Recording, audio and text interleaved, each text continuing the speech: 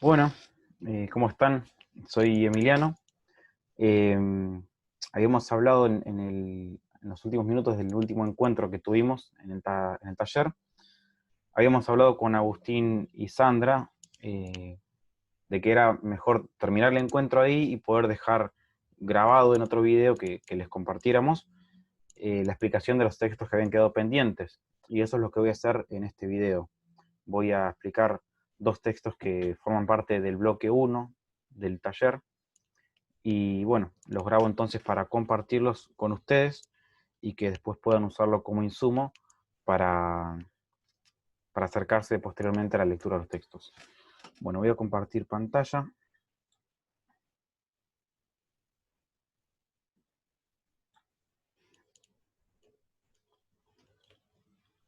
Bien, esperemos que salga bien.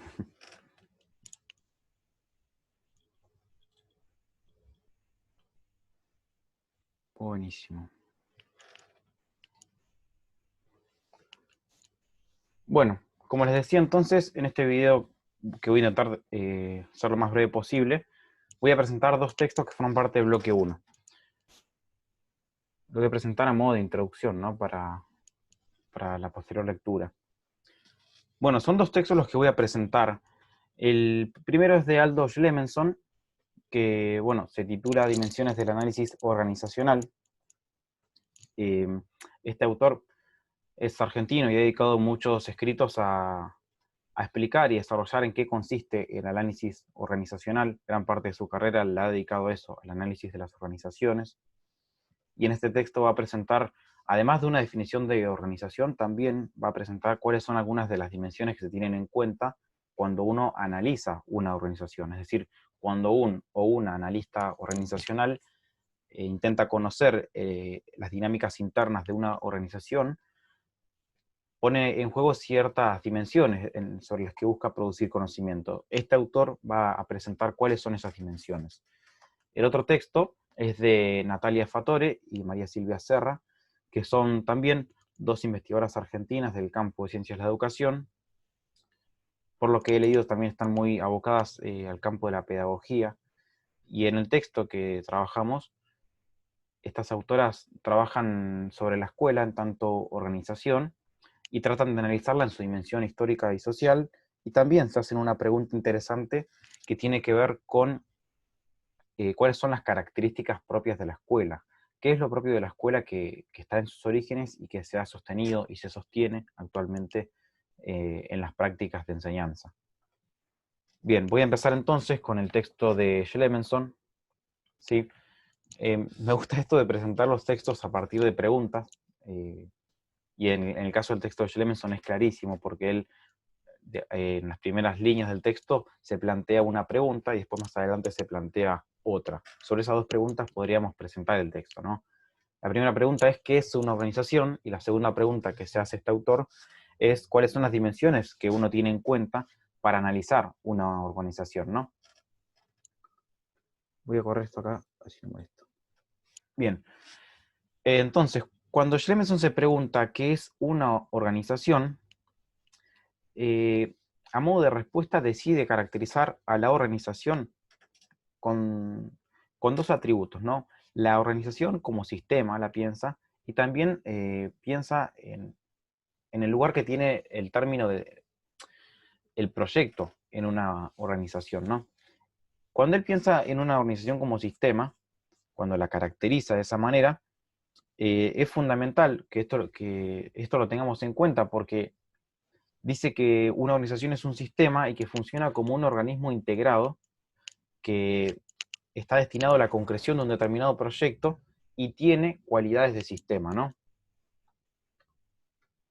Entonces, ¿qué implica entender a la organización como sistema? Implica pensar que existe una relación de ida y vuelta, o digamos de determinación mutua, entre el exterior y la organización interna, ¿no? Hay un ida y vuelta entre esos dos elementos, y de alguna manera, en una organización, no solo está establecida la dinámica institucional por lo que pasa dentro de la institución, sino también por lo que pasa en el afuera. es una determinación mutua, por eso lo podríamos pensar también como una interacción dinámica entre el afuera y el adentro. Vamos a pensar después, más adelante, con Silvia Sarra, qué pasa con el afuera y el adentro, ¿no? Pero bueno, siguiendo sobre Schlemenson también, entonces, él piensa en la importancia que tiene un proyecto dentro de una organización, porque de alguna manera integra necesidades de las personas que se agrupan, pero también de cierta audiencia externa, va a decir este autor, va a utilizar este término.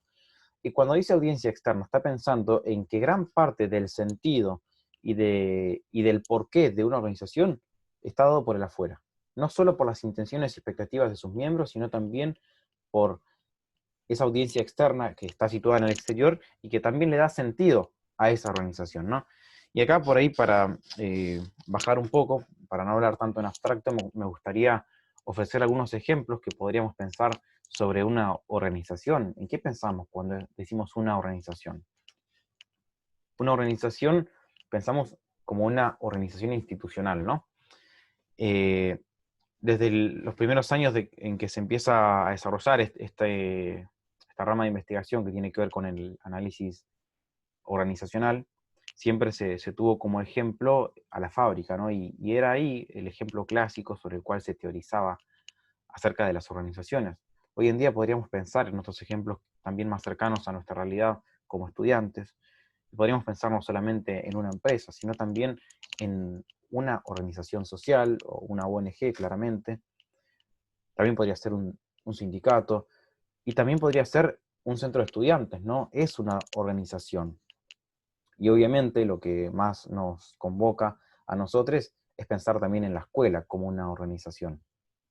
En la escuela en tanto institución, ¿no? Es decir, en la escuela 131 de Ciudad de Chipoleti, en la escuela 258. Esas son organizaciones. Dados estos ejemplos, entonces me gustaría presentar la segunda pregunta que se plantea Schlemenson, que es cuáles son las dimensiones que se tienen en cuenta para analizar organización, ¿no? Dados estos ejemplos, pensemos entonces cuáles son las dimensiones que un o una analista organizacional tendría en cuenta para analizar un centro de estudiantes, para analizar una escuela, en tanto organización. La primera dimensión es el proyecto, que ya lo estaba nombrando anteriormente, y es la primera dimensión básicamente porque el proyecto es lo que marca, lo que signa el origen de esa organización específica. Digamos, una organización se constituye a partir de intereses en común. Esos intereses se materializan en un proyecto institucional, podríamos decir, ¿no? Que desde el principio y durante toda la vida de la organización necesita ser explícito y compartido. Puede haber momentos en la historia de la organización en los cuales ese proyecto sea cuestionado, en los cuales ese proyecto ya no sea tan explícito. Quizás opere un poco más desde lo implícito, desde lo que no se dice, ¿no? Desde los silencios. Y quizás no sea tan compartido. Quizás empiecen a haber ciertas divisiones sobre cuál es el sentido de esta organización, ¿no? Quizás el centro de estudiantes podría preguntarse, bueno, pero ¿cuál es nuestra función? ¿Para qué estamos? ¿Para qué nos agrupamos?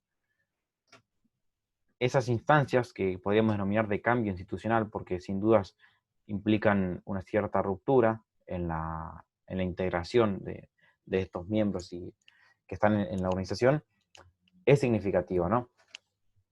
Por eso, analizar el proyecto es preguntarnos sobre en qué grado está explicitado ese proyecto y qué tan compartido es por cada una de las personas que integran esa organización. La segunda dimensión de análisis es la estructura organizativa. Esta estructura organizativa está plenamente vinculada con el proyecto porque justamente el proyecto define una estructura organizativa. ¿Y con qué tiene que ver la estructura organizativa? Básicamente tiene que ver con la definición de roles, funciones, tareas, responsabilidades. Es asignar los lugares de las personas al interior de esa organización, ¿no? Y esto se establece explícitamente en el proyecto, y podríamos decir, diría en realidad Schlemenson, que dentro de una organización existen 4 tipos de estructuras organizativas que están en constante tensión, ¿no? Se tensionan constantemente. Se me pasó. Ahí está. Entonces, ¿cuáles son esas 4 estructuras que se tensionan? Schlemenson, en primer lugar, se va a referir a la estructura oficial, o sea, la estructura organizativa oficial, que es la que se define en el proyecto de la organización. Pero también existe otra estructura organizativa, es decir, existe otra definición de roles y funciones, que es la presunta, ¿no? La que varias personas de la organización imaginamos que es la que está operando como real. Esa es la segunda. La tercera tipo de estructura es la existente, es decir, la que efectivamente opera en las relaciones entre cada miembro y en sus tareas, ¿no? La cuarta estructura organizativa es la requerida, es decir, la que la organización necesita que se ponga en juego, que se establezca para hacer mucho más viable la concreción de sus objetivos, la concreción de ese proyecto inicial. Bien, la tercera dimensión del análisis organizacional es la integración psicosocial. Y esta tercera dimensión tiene que ver con las relaciones interpersonales que se establecen al interior de una organización, que se establecen claramente en dos planos. Se establecen, en primer lugar, podríamos decir, entre pares, ¿no? Y serían en este sentido relaciones interpersonales de un tipo más horizontal, entre compañeros y compañeras. El otro plano en el que se establecen las relaciones es en el plano vertical, y ahí estamos pensando en términos de la autoridad. Las relaciones que se establecen y que están asignadas por cierta jerarquía, ¿no? Podríamos pensar que se establecen entre una jefa y los empleados, ¿no? Ahí estamos pensando en términos de relaciones verticales. Ambos tipos de relaciones forman parte de la integración psicosocial, del grado en el que están integrados los miembros de esa organización. Y un analista o una analista organizacional, la pregunta que sería tiene que ver con pensar cuáles son los conflictos, las fantasías inconscientes y las actitudes de ansiedad que se manifiestan en el ejercicio de cada rol y la concreción en el proyecto cuando nos vinculamos con el otro, ¿no? Esa es la pregunta clave que nos haríamos de esta dimensión. Y acá hay algo importante, que cuando hay un conflicto, en muchos casos, es decir, cuando hay un conflicto en esta dimensión, ¿no? Cuando hay ciertos roces, deslices en las relaciones interpersonales, muchas veces lo que hay que hacer es revisar la claridad del proyecto, en primer lugar, y el grado en el que es compartido este proyecto, y también cuestionarnos, problematizar la estructura organizativa, ¿no? Es decir, preguntarnos cuál es la que está operando.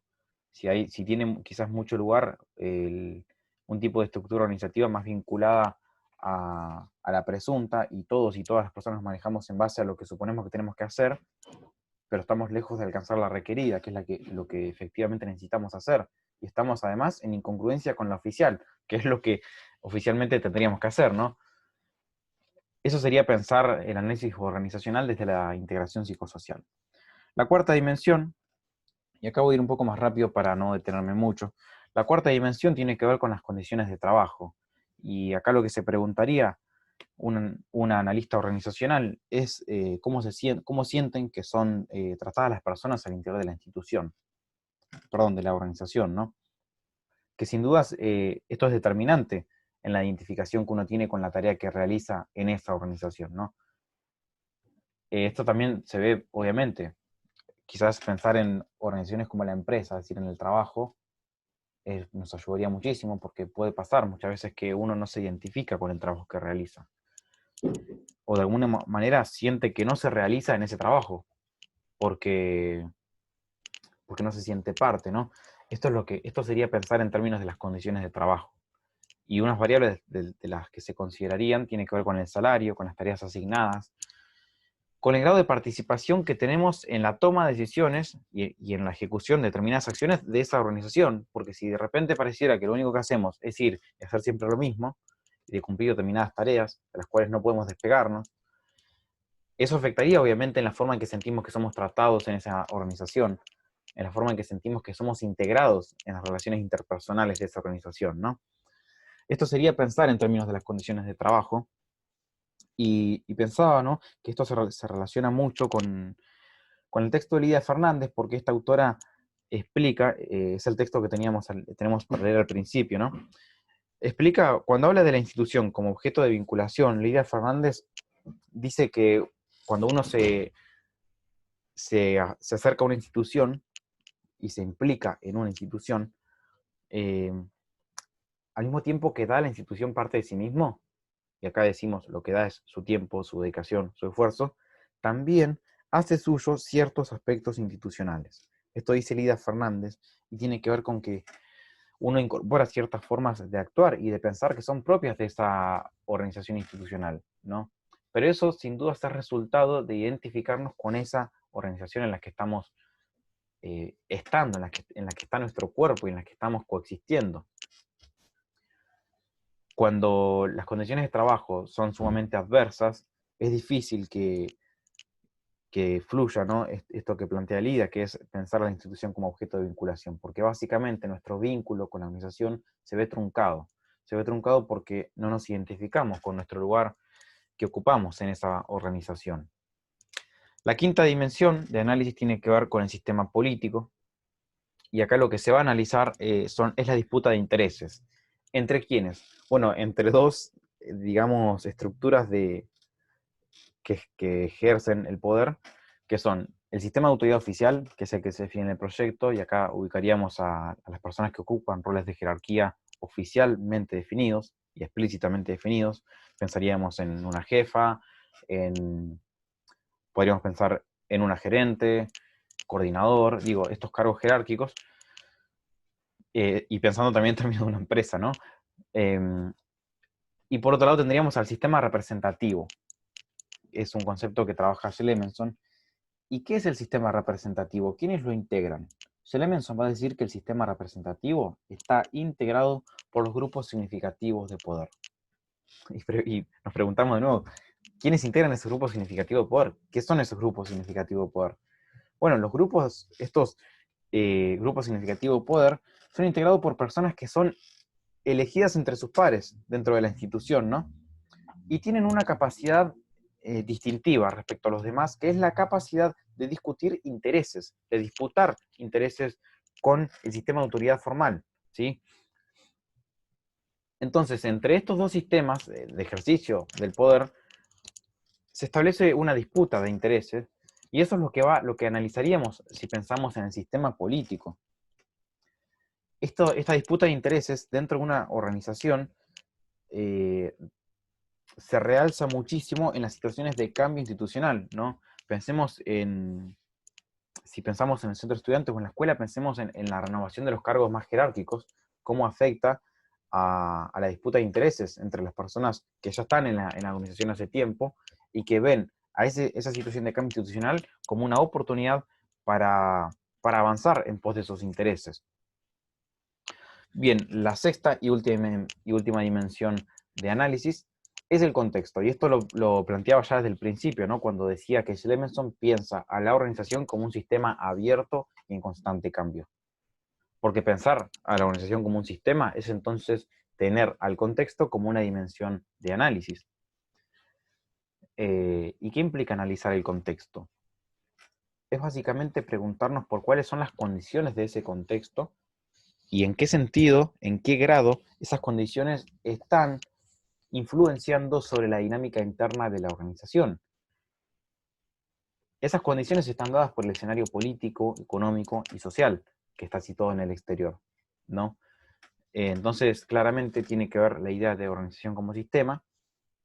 Y si la pregunta es esa, la que planteaba recién, de en qué grado el contexto incide o no en la dinámica interna de la organización, podríamos pensar en clave de la historia reciente en Argentina, y esto no lo propongo, se lo propone Schlemenson en su texto.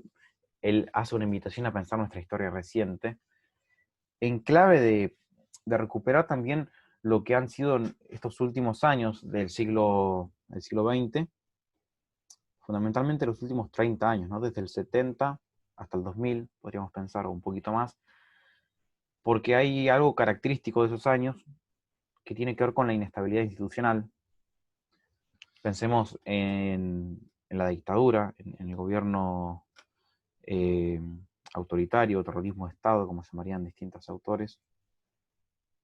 Pensemos en qué grado una dictadura tan fuerte como la que tuvimos afectó el funcionamiento de las instituciones y de las organizaciones institucionales. sin duda fue un golpe al sistema político, ¿no? Entonces también afecta a todas las instituciones de la sociedad. Y genera, y también pensemos en las crisis económicas de los 90 y toda la oleada neoliberal, que todo eso podríamos redundarlo en esta palabra, inestabilidad institucional. Pensemos cómo ese contexto sumamente amenazante e inestable afectó, perdón, a la dinámica interna de las organizaciones. Pensemos en cuántas organizaciones se disolvieron en ese periodo, fundamentalmente en la dictadura, cuántas agrupaciones dejaron de existir durante la dictadura y también durante las crisis económicas, y tiene que ver con eso. La pregunta que haríamos siendo analistas organizacionales es pensar entonces en reconocer de alguna manera cómo cuando el exterior se vuelve amenazante afecta a las dinámicas internas de la organización en la que estamos. Y a su vez lo contrario, cuando el contexto se vuelve beneficioso, óptimo, sin dudas promueve mucho más la interacción entre los miembros y el desarrollo de la organización en la que estamos situados y situadas. Bueno, eso sería entonces Schlemenson, esas son las dimensiones del análisis organizacional. Y en estos últimos minutos me gustaría dedicarlos a presentar el texto de Sarrifatore, que bueno, ya había presentado a estas autoras argentinas. ¿Y por qué este texto? ¿Cuál es el sentido de leer este texto? Bueno, si decimos, si hablamos sobre la importancia de analizar las organizaciones, Sarri y Fatore nos van a ayudar a pensar a la escuela en términos de una organización. Entonces, si decíamos desde Schlemenson que una organización tiene un determinado proyecto, Sarri y Fatore nos van a ayudar a pensar cuál es el proyecto que al menos dio origen a la escuela como organización. Y también nos van a ayudar a pensar cuáles son las características, qué es lo propio de la escuela, que son una de las preguntas que también presentamos en los planes de trabajo, ¿no? Bien, bueno, Sarri y Fatore, entonces también me gustaría presentarla en clave de dos preguntas que se hacen. La primera es cómo es que las escuelas llegan a ser lo que son. La segunda pregunta es ¿qué define una escuela? Respecto a la primera pregunta, la voy a presentar muy por arriba porque entiendo que es un tema que ya han trabajado quizás en otras materias, que es la dimensión más histórica de la escuela, ¿no? Pero bueno, básicamente acá es reconocer y recuperar esto de que la escuela es una institución, una organización institucional que emerge en un contexto histórico específico, que es el contexto de la modernidad. Y por eso podríamos decir que la escuela, en tanto organización institucional, es una construcción de la época, porque sin dudas muchos imperativos sociales propios del contexto en el que emerge se materializan en la escuela. Y bueno, acá también estaríamos entonces en el lugar que tuvieron los procesos de construcción y consolidación de los estados nacionales, con su necesidad profunda de instaurar un determinado orden político, y en relación a ello construir una determinada ciudadanía. Y también pensemos en el lugar que tuvo la pedagogía como disciplina teórica y la infancia como categoría pedagógica moderna, propia de la modernidad.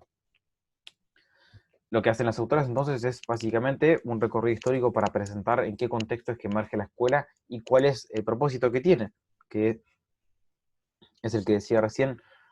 Entre tantos propósitos, uno de los más fuertes ha sido la formación de una ciudadanía para estos estados nacionales que buscaban consolidarse, también la construcción de una manera de una nación, porque eso es otro tema, ¿no? Son estados-nación. O sea que si el orden político y económico tiene que ver con la construcción de un estado, diríamos el orden, entre muchas comillas, cultural, tiene que ver con la construcción de una nación. Y esa también es otra de las funciones asignadas a la escuela, la difusión de una determinada cultura, la cultura hegemónica. Bien, entonces esas serían las funciones que trabajan Serra y Fatore, que dieron lugar, origen a la escuela. Y la segunda pregunta que se hacen estas autoras es, ¿qué define una escuela? ¿Cuáles son las características? ¿Qué es lo propio de una escuela? Y también lo que dicen es que son características que emergen en el propio contexto moderno y se sostienen actualmente. ¿Y cuáles son estas características? Son tres, así que las voy a presentar brevemente. La primera es la separación entre el afuera y el adentro del espacio escolar. ¿Se acuerdan que esto lo había nombrado al principio del video? Y decíamos, pensemos en esto, si según Schlemenson pensábamos en una organización como sistema que tiene relaciones de interacción entre el adentro y el afuera, acá lo que van a decir Silvia Serra y Natalia Fattore es que la escuela se construyó a partir de una separación del adentro y el afuera del espacio escolar. Es decir, totalmente en contra según como estaba planteando Schlemenson. La escuela hace intencionalmente esta separación. Más allá de que después podamos decir desde el análisis organizacional que la escuela funciona en una interacción entre el adentro y el afuera, la escuela se planteó a sí misma en un intento de separar el adentro y el afuera. Pensemos en cuántas veces hemos escuchado o nos han dicho también en nuestra biografía escolar la frase de no estás en tu casa, o cuando no era no estás en la cancha tampoco. Digo, siempre se planteó la escuela como un espacio específico, separado del exterior, que tiene sus propias normas, las cuales deben ser respetadas, que como si fuera un propio mundo, ¿no? Tiene que ver entonces con esta característica propia de la escuela. Yo la pensaba, me parecía interesante presentar esta distinción que hace la escuela como también un acto de violencia simbólica, podríamos decir, porque se ejerció y se ejerce cierta violencia sobre las personas que llegan a la escuela, porque sobre todo en los orígenes la escuela ha sido pensada como templo del saber, como templo de la salud, de la patria y de la verdad. Y esto no ha sido algo, digamos, azaroso o a costa de nada, sino que fue a costa de descalificar todas las formas de educación que coexistían en la época. Pienso en las formas de educación que estaban a cargo de las personas mayores en ciertas aldeas. Son todas formas de educación que fueron descalificadas por la escuela en su necesidad de plantearse como templo del saber. Es decir, que no solo se erguía a sí misma como lugar del saber válido, sino que también necesitaba, obviamente, descalificar sobre formas de educación contemporáneas. Por eso lo planteo como una violencia simbólica, pero también podríamos decir que no fue un proceso aislado, porque es cierto que las lógicas de encierro que mantiene la escuela, en la separación del adentro y del afuera, son lógicas compartidas con otras instituciones que también se construyeron y consolidaron al mismo tiempo que la escuela. Me refiero a las cárceles, me refiero a los manicomios, y también pienso en los conventos de clausura, que en este caso eran un poco más precedentes a la escuela como institución. Pero son, en todo caso, instituciones que mantienen esta lógica de separación del adentro y del afuera.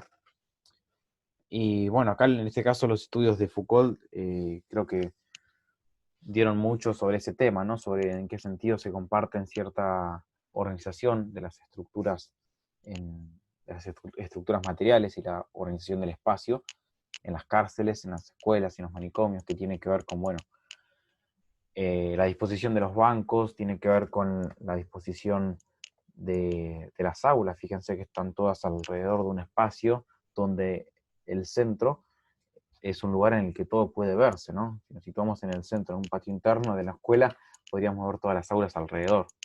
En fin. Otra característica que tiene la escuela, y que presentan las autoras, es la figura docente. Sobre esto estuvimos hablando muchísimo en el encuentro, así que no quiero ser redundante, pero tiene que ver sin dudas con una figura docente investida de autoridad, donde la docente, el docente, se piensa como referente de control y de verdad, y además también como ejemplo de conducta, ¿no? O sea, es una figura sobre la que se depositan una innumerable cantidad de expectativas y de las cuales también tiene que ver mucho la autoridad que se piensa de las y los docentes. ¿Esto cómo se materializa en el aula, en la clase? Bueno, tiene que ver, tiene muchas consecuencias sobre el circuito de comunicación que se establece entre estudiantes y docentes. Es una forma, la forma en que circula la comunicación es lineal, es bidireccional, ¿no? Entre la docente y los estudiantes, ¿no? Muchas veces se silencia la interacción entre estudiantes porque se entiende como que dispersa, como que distrae, y así se planteó desde el inicio la escuela, ¿no? Esto es, fíjense que si es desde el inicio, estamos hablando en muchos siglos atrás, al menos 400 años o más, y fíjense cómo se siguen sosteniendo actualmente estas formas de comunicación, cómo sigue siendo pensado muchas veces la interacción entre estudiantes como algo naturalmente negativo. Decía entonces que también otra característica de la figura docente es, bueno, se ve también en la disposición de los bancos, hacemos en el lugar del escritorio, y los otros bancos separados en columnas, ¿no? Y son bancos individuales también, tienen que ver entonces también con esta forma individualizada de pensar el aprendizaje. Y bueno, una tercera característica que presentan Serra y Fattori, con esto ya voy terminando, tiene que ver con la organización graduada de las trayectorias escolares, ¿no? Donde lo que se gradúa no solo son los contenidos, que en este caso los contenidos se gradúan y se segmentan en función de áreas de conocimiento, ¿no? Uno en la escuela tiene, por un lado, ciencias naturales, ciencias sociales, lengua, digo, distintas áreas, y en niveles también, ¿no? Tenés los grados, de primero a séptimo grado, al menos en Río Negro. Pero no solo se segmentan los contenidos, sino que también se segmentan a los estudiantes en función de las edades, de los saberes acreditados y de los grados que están atravesando, de los niveles en los que están situados y situadas. Es una graduación que afecta entonces a dos elementos de la escuela, ¿no? A dos dimensiones de la vida escolar, que son los estudiantes y los contenidos. Bueno, eso ha sido entonces el texto de Serra y Fattori. Esas son las tres características que presentan. Esas son entonces las respuestas que ofrecen a la pregunta de cómo es que las escuelas llegan a ser lo que son. Y todo lo anterior ha sido entonces Schlemenson en la manera en que nos presenta el análisis organizacional. Bueno, espero haber sido claro, haber sido breve, no sé, solo voy a ver cuando mire cuántos minutos lleva este video, pero bueno, esto sería todo entonces. Cualquier pregunta que pueda surgir, más allá de que esto sea un video y que no esté habilitada la interacción, sí la propongo para cuando lo vean, y si tienen alguna pregunta o algún comentario que hacer sobre estos textos, sobre la presentación que traté de hacer estos textos, bienvenido sea. Bueno, les mando un saludo y espero que estén muy bien. Nos vemos.